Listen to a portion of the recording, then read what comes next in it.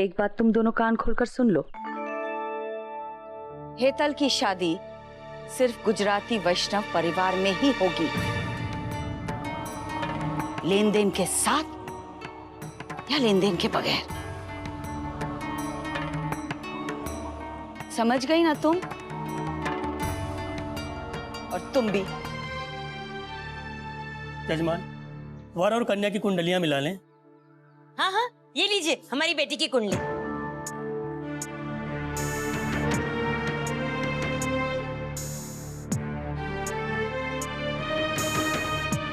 लीजिए पंडित जी, हमारे छोकरा छोकरी भी आ गए। अरे ये तो बड़ी गड़बड़ है। इनकी कुंडलियां तो आपस में मिलती ही नहीं है।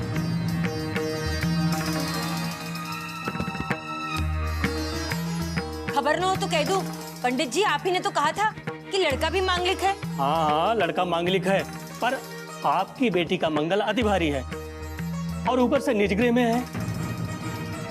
ठीक से बताया पंडित जी, आप क्या कहना चाहते हो? मैं कहना सिर्फ ये चाह रहा हूँ कि कन्या का मंगल वर पे भारी पड़ सकता है, यहाँ तक कि उसके जीवन पर भी संकट आ सकता है। अच्छा, सब क्या है? क्या बकवास कर रहे हैं? तो पंडित जी ये रिश्ता नहीं हो सकता? मुश्किल जरूर है पर असंभव नहीं है। कोई न कोई उपाय निकालना पड़ेगा, कुछ जोड़ तोड़ करनी पड़ेगी। आप लोग मेरे साथ आइए। क्या बात है पंडित जी? अब चलिए तो।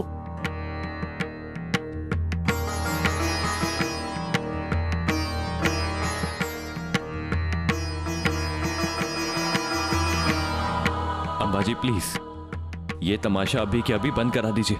अपनी हेतल की कितनी बेइज्जती कराएंगे आप? मंगल भारी है, उपाय निकालना पड़ेगा। क्या है ये? जानती हूँ मैं, लेकिन मैं यहाँ मंदिर में तमाशा नहीं करना चाहती। और फिर ये दुनिया की रीत है, उसे झगड़ कर भी नहीं जी सकते हम। और हर गुजराती परिवार कुंडली मिलाएगा ही।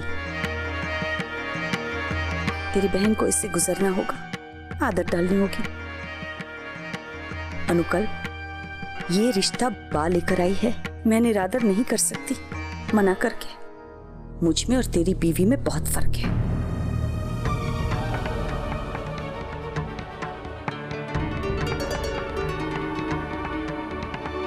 दोष तो है जजमान, पर इसका निवारण किया जा सकता है। वो कैसे पंडित जी? निवारण के कुछ उपाय करने होंगे, कुछ लेन देन बढ़ाना होगा। 16 तोले की जगह 20 तोला सोना चाहिए होगा और एक पूजा रखवानी पड़ेगी। उसका खर्च लगभग 2-2.5 लाख रुपए आएगा। और क्या पंडित जी?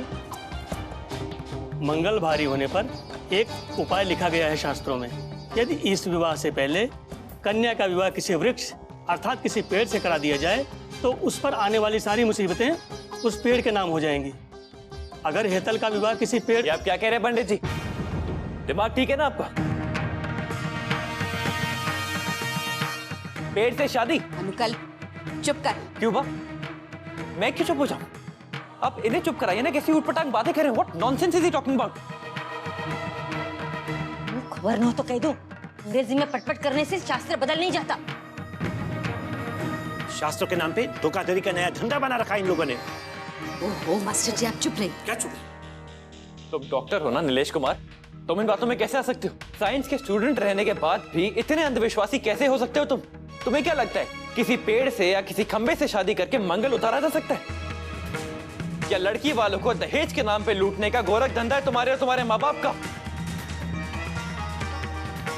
हद होती है लालच की। अनुकल माँ जी कुछ तो कहिए आप।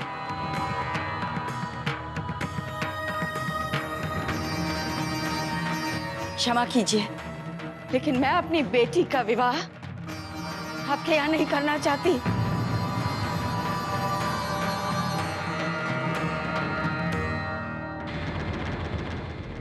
अच्छा, तो यहाँ बेइज्जती के लिए हमें बुलाया हुआ है? अरे दोष इनकी बेटी का और सुना हमें रहे। हमें नहीं करना आपके घर में रिश्ता विश्ता। चलिए जी, चलिए। जय श्री कृष्ण। ये कर क्या रही है भारती तू? हाँ, अरे अपनी बेटी की जिंदगी और उसके भविष्य से खिलवाड़ कर रही है। लड़के वालों की बेइज्जती करके उन्हें भगा दिया। अब क्या होगा?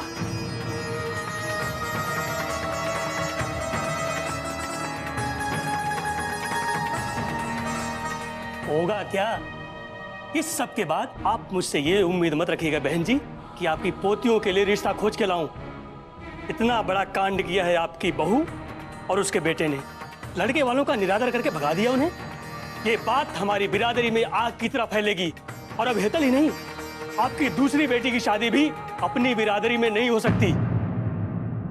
पंडित जी सुनिए तो। अब मैं नहीं रुक सकता। आपके चक्कर में मैं अपने जजमान क्यों खोऊं? आज का आपका ये बर्ताव, अरे मैं ही क्या, आज के बाद आपकी पोती के लिए कोई भी पंडित रिश्ता नहीं ला सकता है। जय श्री कृष्ण।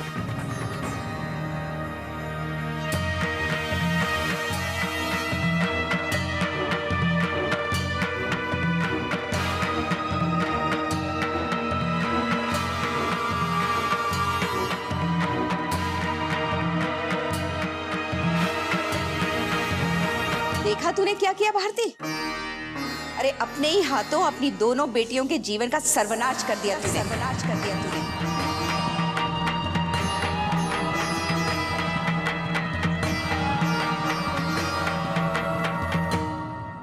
ओ पुत्र, इसमें ना मैंने गर्म मसाले डाले हैं और वो हल्दी डाली है, नमक डाला है।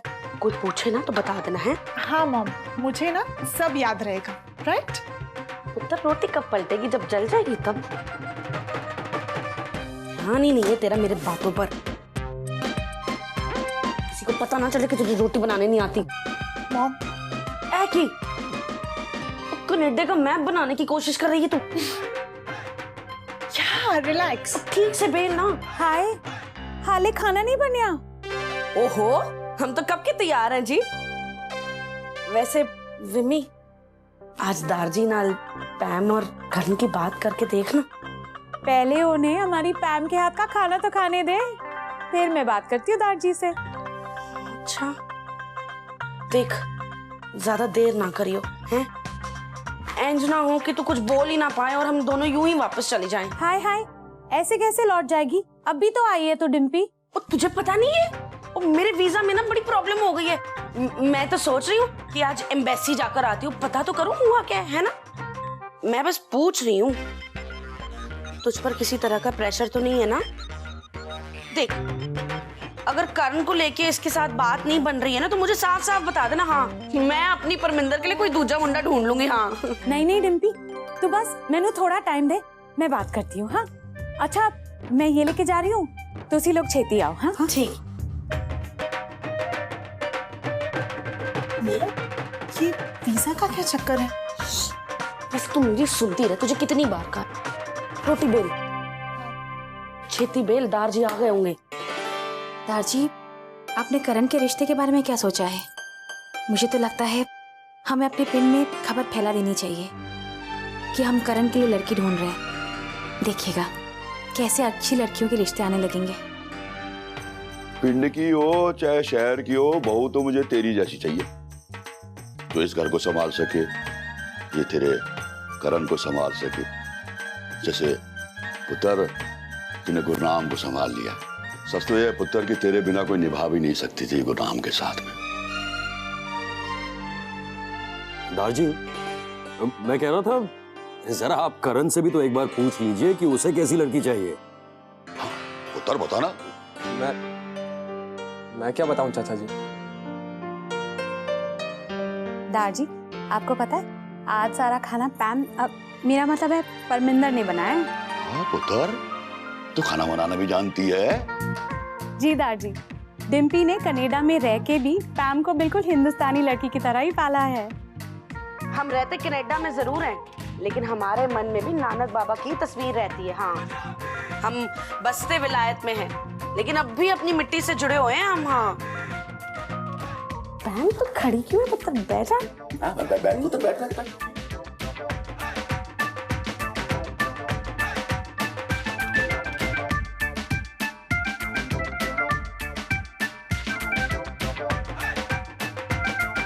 पहली बार काम किया है ना?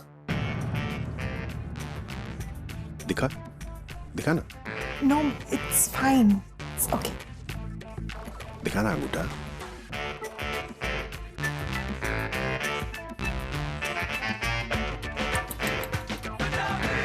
सब्जी काट काट के अंगूठे पे दाग पड़ गया है। आदत नहीं होगी ना। और हमारी जनानियों को देखो, रोज सब्जियां काटती पर उंगलियां मलाई मक्खन की तरह है। दार जी, आप ये सरसों का साग खाइए ना, परमिंदर ने बनाया। वैसे दार जी, मेरी परमिंदर है ना, वो सिर्फ खाना बनाना नहीं जानती, वो सारे काम जानती है। वो तो रोज गुरुद्वारे जाकर ना वो सेवा भी करती है, हाँ, और ग्रंथ साहिब का पाठ भी पढ़ती है। सारे काम जानती है वो, बड़ी चंगी कुड़ी है।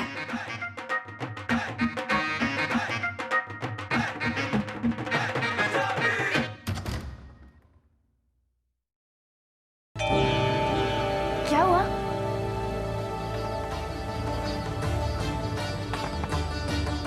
कैसा रहा सब? अम्बा जी, क्या हुआ अम्बा जी?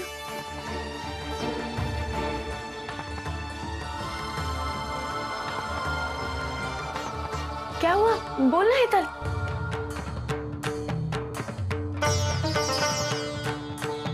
हेतल,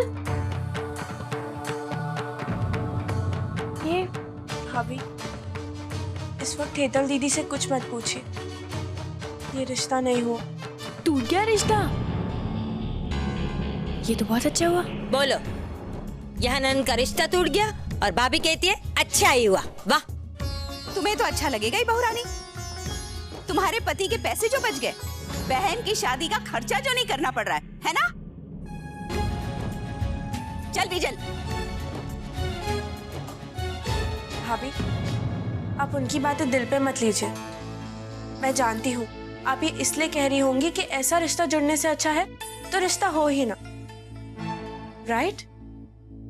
राइट, वही तो मैं कह रही थी बाय गॉड कि ऐसे रिश्ता जोड़ने से अच्छा है कि हो ही ना। वैसे एक बात बोलूं, मैं आज बड़ी खुश हूँ बाय गॉड। अब हेतल अपने कमरे में ही गई होगी ना, मैं आती हूँ। इनकी कुंडलियां तो आपस में मिलती ही नहीं है। आपकी बेटी का मंगल अति भारी है और ऊपर से निजगृह में है। मंगल भारी होने पर कन्या का विवाह किसी वृक्ष अर्थात किसी पेड़ से करा दिया जाए तो उस पर आने वाली सारी मुसीबतें उस पेड़ के नाम हो जाएंगी। ए हेतल, तुझे हुआ क्या है? अरे मुझे तो लगा था कि रिश्ता टूटने के बाद तू खुश हो जाएगी। अब भी चांस है हमारे पास, पर तू तो अजीब मुरझाई सी लग रही है। हुआ क्या है? भाभी, अगर आप वहां होती ना तो आपको पता चलता कि वहां क्या क्या हुआ। पता नहीं क्या क्या कह रहे थे। लड़की मांगलिक है, हमें दान दहेज और चाहिए, और वो लोग पेड़ से मेरी शादी कराने की बात कर रहे थे। ये पंडित ना अजीब से होते हैं कुछ। पेड़?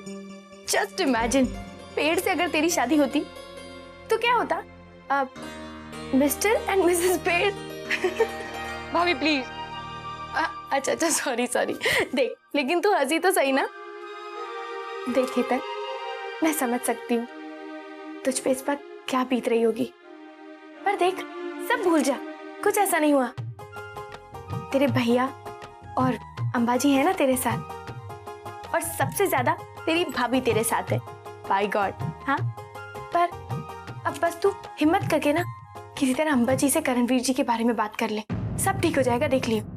अभी क्या बोल रही हैं आप? आपने सुबह देखा नहीं अंबाजी कितना गुस्सा हो गई थी दोनों की फोटो साथ में देखकर। नहीं बाबा, मेरे में तो हिम्मत नहीं है उनसे कुछ भी कहने की।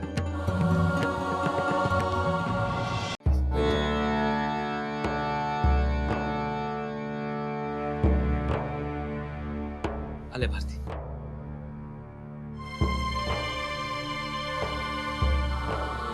और अब हेतल ही नहीं, आपकी दूसरी बेटी की शादी भी अपनी बिरादरी में नहीं हो सकती। पंडित जी क्या कह रहे थे? क्या मेरी छोरियों का लगन नहीं होगा अब? अरे कैसी बातें कह रही है अंबाजी? उस पंडित को जो कहना है उसे कहने दीजिए। पूरी दिल्ली में वो अकेला पंडित तो नहीं है ना, क्यों पापा? हाँ भारती, तू चिंता मत कर, हम किसी और पंडित से बात कर लेंगे ना। ऊपर से अनु भी तो ढूंढ रहा है ना लड़के।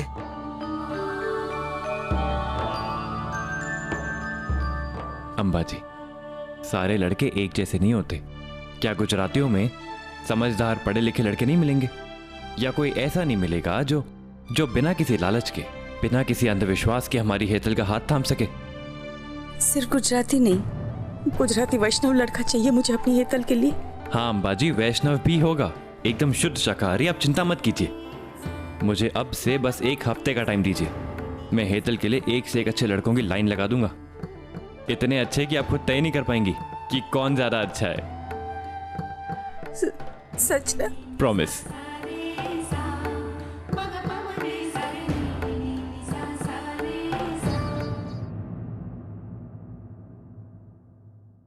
दोष इनकी बेटी का और सुना हमें रहे। हमें नहीं करना आपके घर में रिश्ता। आज के बाद आपकी पोती के लिए कोई भी पंडित रिश्ता नहीं ला सकता है। अनुकल वो मुझे तुमसे कुछ बात करनी है। प्लीज मोना, इस समय मुझे डिस्टर्ब मत करो, मैं एक जरूरी काम कर रहा हूँ, बिजी हूँ, प्लीज। हाय रब्बा, अनुकल तो नेट पे हेतल के लिए लड़का खोज रहा है। क्या करूं? आज मंदिर में जो भी तमाशा हुआ उसके बाद अगर इसे कहूंगी या करणवीर जी का नाम भी लूंगी तो ये भी नाराज हो जाएगा। अब क्या करेगी मोना, कैसे करेगी? भाई गॉड।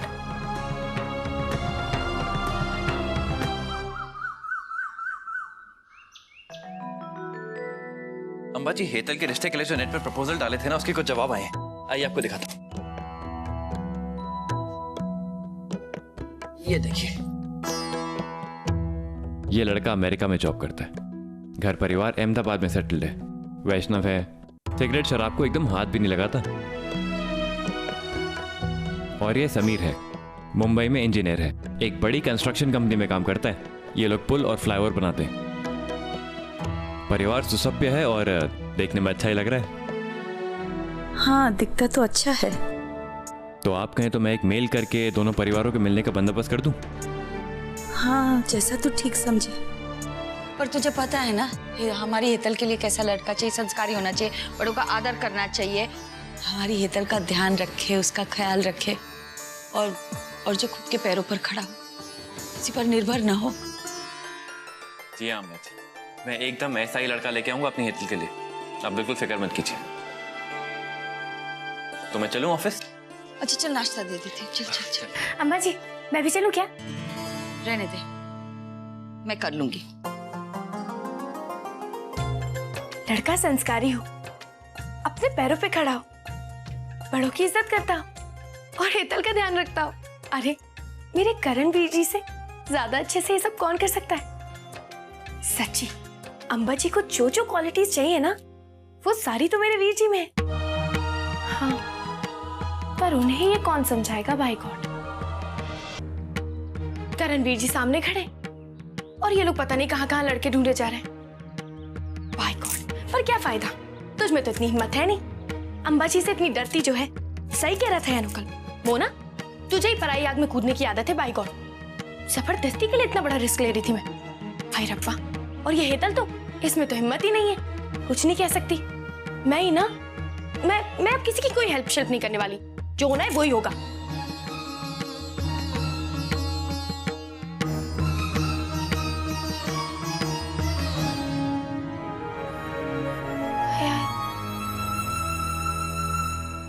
अब तू रो क्यों रही है? जब मौका था तब तो कुछ बोला नहीं तूने। भाई गॉड। रहने दीजिए भाभी, मुझे लगा कि आप मेरी बात समझ सकती हैं, लेकिन आप ही मेरा साथ छोड़ रही हैं। मैंने कहा ना आपसे, मैं अम्बा जी से कुछ नहीं कह सकती, मुझ में हिम्मत नहीं है उन्हें बताने की। ठीक है, मुझे ही भुगतना है ना, तो छोड़ दीजिए ना मुझे मेरी किस्मत पे। मुझे वैसे भी किसी से कोई उम्मीद नहीं है। हेतल देख, अब तू ऐसे करेगी तो मुझे तो गुस्सा आएगा ही ना। भाई गॉड। अच्छा चल, सॉरी सॉरी सॉरी सॉरी बाबा। अच्छा देख, तेरी हिम्मत नहीं है ना तो ना से, तू एक काम कर, तू ना करणवीर जी से जाके अपने दिल की बात कह डाल। भाई गॉड, देख वो कम से कम तेरे और अपने बारे में बात तो कर ही लेंगे ना। अरे दादी या ताई जी से तो कह ही देंगे, वरना ये बा और फुई ना तेरी शादी किसी पेड़ के साथ करा देंगी। भाई गॉड। लेकिन लेकिन भाभी करण मानेंगे? कैसे नहीं मानेंगे? मेरे वीर जी हैं वो। हाँ, वो थोड़े शर्मीले जरूर है बाय गॉड, लेकिन वो किसी कुड़ी को रोते शोते नहीं देख सकते हैं। अरे हम पंजाबी लोग बड़े दिलदार होते हैं। एक बार बस तू पता लग जाने दे कि करण वीर जी तुझे प्यार करते हैं, फिर देख अगले दिन ना बारात खड़ी होगी हमारे घर के बाहर तेरे लिए। वो तो ठीक है भाभी, लेकिन मैं वहां जाऊंगी किस बहाने से? हाय हाय, ये भी एक स्यापा है। तू ठहर, मुझे सोचने दे।